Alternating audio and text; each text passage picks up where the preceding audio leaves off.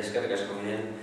Lehenik eta bain eta nire aldetik nire postasuna adierazteko ekimenaren bitartez aurrera pauso importante bat ematen dugulako euskara normalizatzeko bideo horretan, ezta? Nolabait bai Aldunditik, bai udaletik ari gera pixka bat euskararen erabilpena sustatzen eta horretarako gure herriko bizitzara hedatu behar dugu, edo bizitzako esparru guztietara hedatu behar dugu, edo bermatu behar dugu euskararen presentzia, ezta? Eta kasu honetan izan honen bitartez aurrera pauso bat ematen dugu nolabait barrakaguneetan euskararen presentzia bermatzeko helburu horrekin. Beraz, postasuna eta konpromisoa Euskal Herriko udalen aldetik aurrera jarraitzeko bide horretatik, ezta?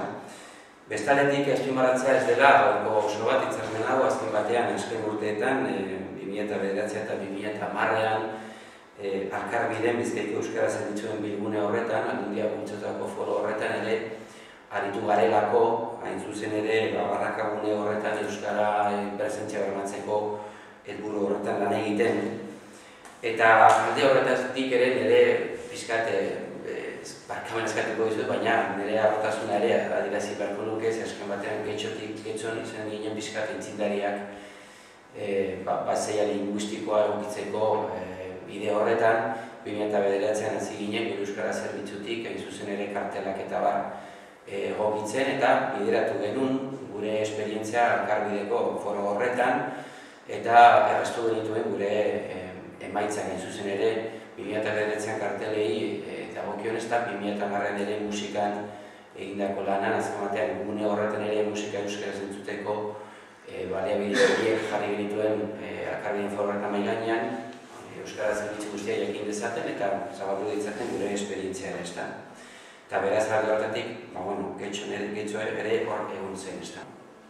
Azken batean, lankidetza hitzarmen honen xedea zera da, batetik Bizkaiko euskara zerbitzuek hasitako lana finkatu eta ari babes ematea, eta bestetik, afaderekiko harremanak modu iraunkorrean lantzea duen jardueretan euskara sustatzeko behar duten aholkularitza eta laguntza eman diezaiogun, ezta? Ildo horretan, lankidetza hitzarmena urtebetekoa da, luzaroan irauteko asmoz egin dugu eta hori ere azpimarratu egin behar dugu, ezta?